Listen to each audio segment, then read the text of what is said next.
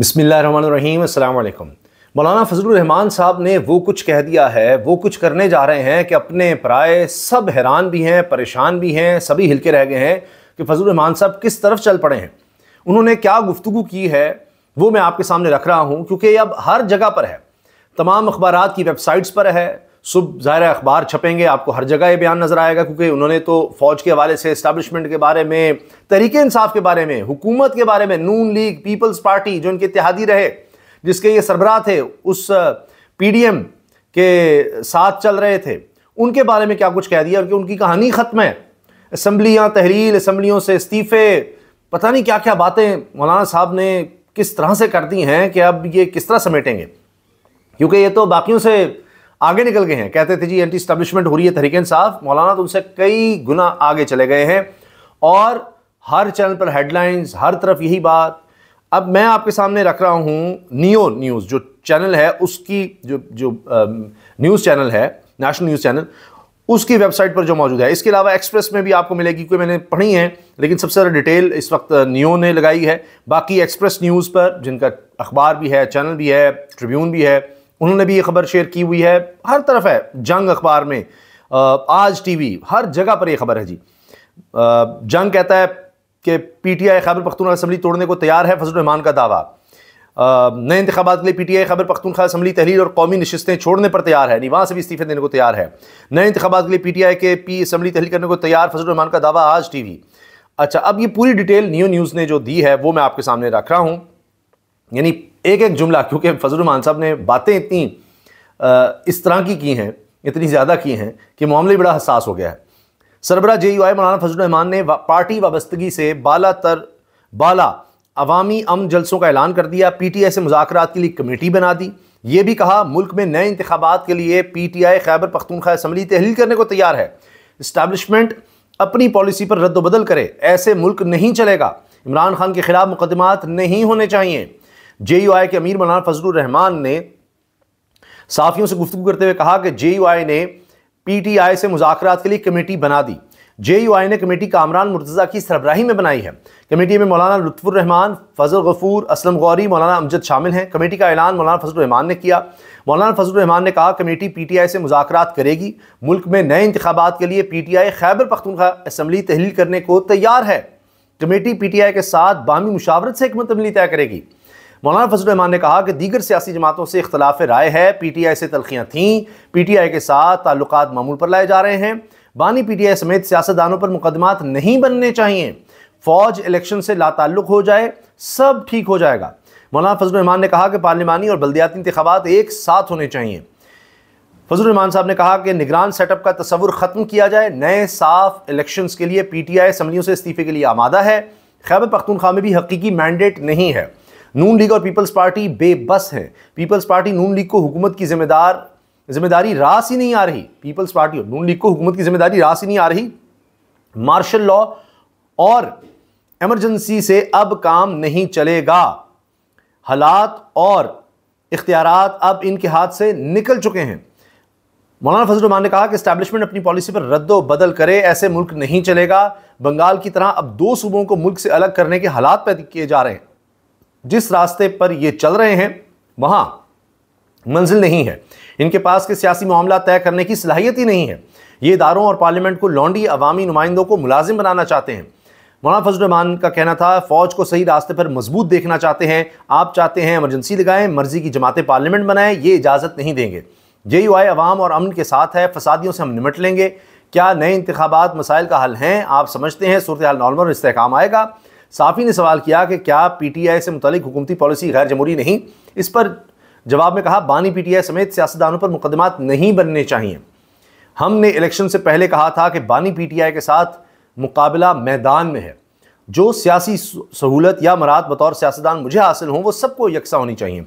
निगरान सेटअप का तस्वुर ख़त्म किया जाए। गैर जानिबदार और शफाफ इंतखाबात के सिवा मुल्क में अमन आएगा, ना मुआशी इस्तेहकाम। मुल्क में मुआशी और सियासी अदम इस्तेहकाम है, जिससे अमन व अमान ख़राब है। कौम 2001 से अमन की तलाश में है। मौलाना फजलुर रहमान ने कहा कि इस्टेब्लिशमेंट समझती है सियासी अदम इस्तेहकाम से इनको मौक़े मिलते हैं। अब अवाम 2024 में पूछती है कि किस बात का ऑपरेशन कर रहे हैं? मदारिस दीनी उलूम और तहजीब के मुहाफ़िज़ हैं, मगरब को मजहबी माहौल और क़ुव्वतें काबिल कबूल नहीं। रियासती इदारे ज़िम्मेदार रियासत का किरदार अदा नहीं कर रहे। रियासती इदारे किसका किरदार अदा कर रहे हैं समझ नहीं आ रही। सरबरा JUI ने पार्टी वाबस्तगी से बाला अवामी अमन जलसों का ऐलान कर दिया। 5 अगस्त को भारत की जानिब से कश्मीर की आईनी हैसियत की तब्दीली के खिलाफ मुल्क गिर यौम स्याह मनाया जाएगा। 10 अगस्त को मर्दान में किसान कन्वेंशन होगा।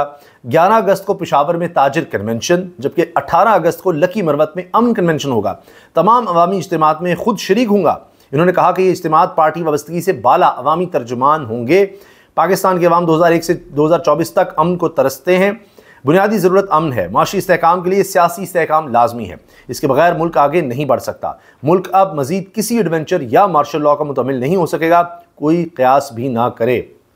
एक तो इसका रास्ता बंद कर दिया, क्योंकि अभी नज़र आ रहा है कि कम अज़ कम नून लीग की चाहती है कि कुछ ऐसा हो जाए। उनसे तो हुकूमत चल नहीं रही और वो कहते हैं कि कुछ ऐसा मार्शल लॉ एमरजेंसी का सेटअप आ जाए, कम अज़ कम हम नहीं होंगे तो कोई भी नहीं होगा, और ख़ास तौर पे इमरान खान ना हो, हमें जेलें ना भुगतनी पड़े, हमारे लिए नए मसाइल ना आ जाएँ, तो बाकी हम कोई अपना रास्ता बना लेंगे। उनको ये लग रहा है, ख्वाहिश ये है कि जब ये सारा मामला लपेटा जाए तो दोबारा कोई इलेक्शंस की तरफ ना जाएँ, क्योंकि हमें बड़ी मार पड़ेगी। उनको पता है कि उनका तो सफाया पहले ही हुआ था, अब तो सफाया प्लस हो जाएगा। और पहले ही उनके साथ मामलात जो हैं वो काफ़ी ज़्यादा आवाम ने 8 फरवरी को बुरे किए, अब इससे भी ज़्यादा बुरा होगा। एक और चीज़, ये जो मौलाना फजल रहमान की गुफ्तगू है, इससे एक बात साबित हो रही है कि एक तो फजल रहमान साहब PTI के करीब आ रहे हैं, दूसरा ये कि वो और ज़्यादा दूर जा रहे हैं नून लीग और पीपल्स पार्टी से, क्योंकि उनको पता है कि अब उनकी कहानी ख़त्म है। फिर ये अपना स्टेक ज़्यादा खैबर पख्तूनख्वा और बलूचिस्तान में समझते हैं। वहाँ तो नून लीग और पीपल्स पार्टी बिल्कुल ही फारिग हैं, और ऐसे लगता है कि अब इनका पंजाब और सिंध में भी, सिंध में पीपल्स पार्टी का इतना बुरा हाल नहीं, लेकिन पंजाब में नून लीग का तो बहुत बुरा हाल हो रहा है, और सिंध में ज़ाहिर है कि शायद पीपल्स पार्टी भी अपना वोट बैंक कम होगा उसका। वैसे तो पिछले 20 साल से मुसलसल पीपल्स पार्टी का वोट बैंक कम होता चला जा रहा है, उनके वोटर्स का तनासुब कम कम कम होता चला जा रहा है। हाँ, सिंध में ज़रा एक और कहानी है। बहरहाल, तो ये जो बात हो रही थी कि जी हम मना लेंगे, फजल रहमान साहब कभी तहरीक इंसाफ की तरफ जा ही नहीं सकते, वो हमारे साथ नेचुरल अलाए हैं, वो कहानी तो ख़त्म हो गई है। फिर फजल रहमान साहब जब बात करते हैं, कोई एक भी मौका अब ऐसा नहीं आ रहा कि जहाँ वो इस्टेब्लिशमेंट को आड़े हाथों नहीं लेते, इस्टेब्लिशमेंट के खिलाफ बात नहीं करते। ANP का भी हमें यही मामला नज़र आ रहा है, जमात इस्लामी का भी यही मामला नज़र आ रहा है। तो जिन जमातों का स्टेक खैबर पख्तूनख्वा में है, वो ऐसे लग रहा है कि एक दूसरे से सबकत ले जाने की कोशिश करें कि जी वहाँ वोट बैंक इस तरह मिलेगा। और अभी ANP कोई गालिबन एक इलेक्शन जीती है, ज़मीनी इलेक्शन, तो वो भी कि जी एंटी इस्टेब्लिशमेंट वोट है जी। वो सारी पार्टियाँ इसी तरफ जाती चली जा रही हैं, जो कि बड़ा ख़तरनाक है। और बाज़ औक़ात लगता है कि पता नहीं अहमद वली आगे हैं या फजल रहमान साहब आगे हैं, कहीं इमरान खान आगे हैं, कौन पीछे कौन आगे, ये मामला बना हुआ हमें नज़र आ रहा है, जो कि ज़ाहिर है कि बड़ा ख़तरनाक है। एक और ख़बर आ गई है, वो मैं आपसे ब्रेकिंग न्यूज़ शेयर कर देता हूँ। आसिफ किरमानी का नून लीग छोड़ने का ऐलान। लें जी, यानी हुकूमत है और इनकी विकटें गिर रही हैं। कितना बुरा हाल इनका हो गया है नून लीग का, इनको सब छोड़ कर जा रहे हैं। इनके पुराने दिहाइयों के साथ ही लिस्ट लंबी होती चली जा रही है।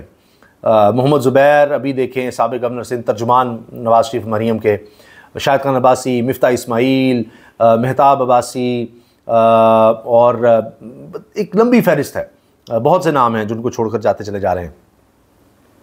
इसी तरह एक और सेनेटर थे, वो भी अभी छोड़कर गए हैं। अभी एक और सेनेटर आसिफ किरमानी ने पार्टी छोड़ने का ऐलान कर दिया। उनका कहना था काफ़ी अरसे से ख़ुद को मुस्लिम लीग नून के सियासी मामला से अलहदा कर चुका था। अवाम महंगाई और बिजली के बिलों से मर रहे हैं, खुशामदी टोला सब अच्छा की गर्दान कर रहा है। आसिफ किरमानी का कहना था कि नवाज़ शरीफ साहब सब अच्छा नहीं है, तफसीली बयान जल्दी जारी करूँगा। लें जी, अभी ये कहानी, इसका मतलब है कि ख़त्म नहीं हुई, अभी इन्होंने और भी मामलात करने हैं। और मोहम्मद ज़ुबैर के बारे में तो ये भी कहा गया है तहरीक इंसाफ की तरफ से कि वो तहरीक इंसाफ में आना चाह रहे हैं। तो अब आप अंदाज़ा लगाइए कि बात कहाँ है। और मियाँ साहब पता नहीं वो पीछे कोई 90s के दौर में रह रहे हैं, उसी तरह से बातें कर रहे हैं, उसी तरह की गुफ्तगू, उसी तरह मामलात चलाने की कोशिश करें, लेकिन अब बड़ी देर हो गई है। अच्छा जी, इसके साथ ये मैं अर्ज़ कर दूँ कि जो असम्बलियाँ छोड़ने का, इस्तीफ़े का या खैबर पख्तूनख्वा असम्बली तहलील करने की बात है, तो असद कैसर का मौलाना फजल रहमान से रब्ता असम्बली तहलील करने के बयान का मामला उठा दिया कि जी आपने कैसे कह दिया। बैरिस्टर गौहर भी कह रहे हैं जी नहीं ऐसी हमने भी इनसे कोई बात नहीं की। तो ये जो हम कहें, जो इस पर जो चीज़ हमें नज़र आ रही है वो मैं आपसे अर्ज़ कर देता हूँ कि ये इवेंचुअली ये है कि इमरान खान कह चुके हैं जी इलेक्शंस ही अब हल हैं, अब तो कोई और मामला नहीं, साफ शफाफ इलेक्शंस हल हैं। तो जब उसकी बारी आएगी तो फिर तो सारों को ही छोड़ना होगा। तो उससे पहले लगता नहीं अब तहरीक इंसाफ दोबारा ये काम करेगी कि जी सारे बैठे हुए हैं और ये असम्बलियों से इस्तीफ़े दे दें और अब खैबर पख्तूनख्वा असम्बली तहलील कर दें। ये अब सिस्टम के अंदर रहकर ही मुकाबला करेंगे और बाहर भी, पार्लियामेंट से बाहर भी, अदालतों में भी, हर जगह पर। तो कोई मैदान इस दफ़ा तहरीक इंसाफ ने खाली नहीं छोड़ना। इजाज़त दीजिए, अल्लाह हाफ़िज़।